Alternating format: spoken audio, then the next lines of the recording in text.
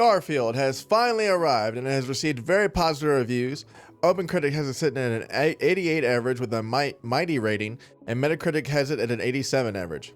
Starfield is Bethesda's game's first new universe in 25 years, and after the fiasco of the launch of Fallout 76 in 2018, it is nice to see Bethesda games coming back strong. Xbox Game Studios has been on a slow incline recently with AA titles such as Hi-Fi Rush from Tango Gameworks and Pentiment from Obsidian. If you love RPGs, then this week was for you. Not only did Starfield release, but Sea of Stars launched to overwhelmingly positive reviews. OpenCritic has it with a 89 average and 99% of critics recommending. Sea of Stars is developed by Sabotage Studio and is a throwback to the 90s with a stylized 16-bit pixel aesthetic. It has puzzle solving and turn-based combat with the power of the sun and moon to combat enemies. Between Baldur's Gate 3, Diablo 4, Starfield, and a Sea of Stars, fans are eating well in 2023. Final Fantasy XVI is getting 2 DLC expansions and a PC port is in development. Final Fantasy XVI was released earlier in the summer on June 22nd with critical acclaim. It has received an 88 on OpenCritic and is one of the year's best games. I am beyond excited to dive back into the dark, gritty, fun, and fantastic world of Valistea. Will we play as a new character? Will we see whatever happened to Leviathan? Or will we play as Clive during one of the 2 time skips during the main story? Either way, I cannot wait. In the unfortunate news of the week, video game actors and actresses may be joining the SAG-AFTRA actors strike. AFTRA, which stands for the Alliance of Motion Picture and Television Producers, is now looking for a second strike, but this time focusing on big, major AAA video game companies.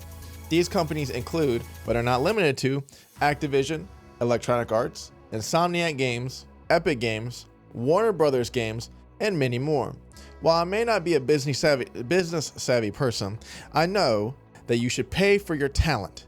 In my opinion, it is just sad that these mega corporations refuse to show value to their creators and performers.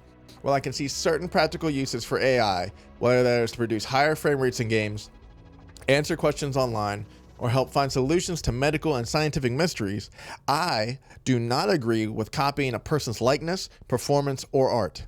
I can only hope that these greedy bastards wise up and pay their talented creators what they are owed. Some sad news for PlayStation fans. They have announced a low-key price hike to their PlayStation Plus subscription service starting September 6, 2022. The PS Plus Essential increases to $79.99 a year, which is a top $20 increase.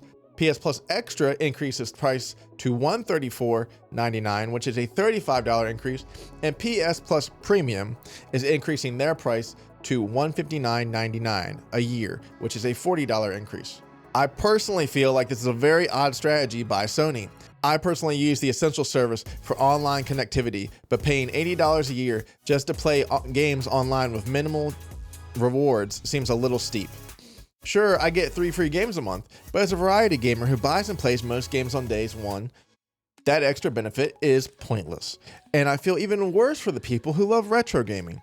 You subscribe to Extra and Premium to enjoy nostalgia, and now you are being screwed over to play games that are decades old?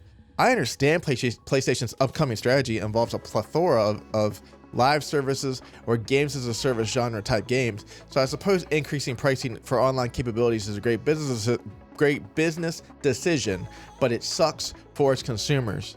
I do not understand. Why, Sony? Why? Speaking of PlayStation Plus, September's free games include the recently closed Volition Saints Row, Black Desert Traveler Edition, and Generation Zero. The timing of these 3 games is a little rough, considering the price hike. What I mean by that is, and no offense to the devs, these games aren't exactly premium quality, with none of them reviewing higher than a 71 on OpenCritic. It's not a good look for PlayStation. Hopefully in October, when Spider-Man 2 is released, and potentially Helldivers 2, rumor not confirmed, what little faith lost can be restored in the brand. I touched on it briefly earlier, but Embracer Group has shuttered Volition Game Studio. Volition has been developing games for 30 years and is best known for the Red Faction and Saints Row franchises. This is just another sad break for the gaming industry, as there has been an exodus of talent due to layoffs. I wish nothing but the best for the developers and hope and pray that they can land on their feet at another game developing studio. To finish on a high note and to circle back to the opening story, Starfield was not only reviewed well, but had an onslaught of player base over the weekend. Starfield hit 245,000 players on Steam alone. Did you pick up Starfield for Steam on your beefy, overpowered PC? Or are you kicked back on your couch playing on your beautiful rectangle of an Xbox Series X? Let me know in the comments, and I'll be playing live on Twitch every day for anyone who is interested to see which path I take. Hey, thanks for watching to the end. Again, if you enjoyed this content, please consider liking and subscribing. I am live every day on twitch.tv/Charrsixx. Thank you so much for being here. Thank you so much for your time, and I'll catch you later.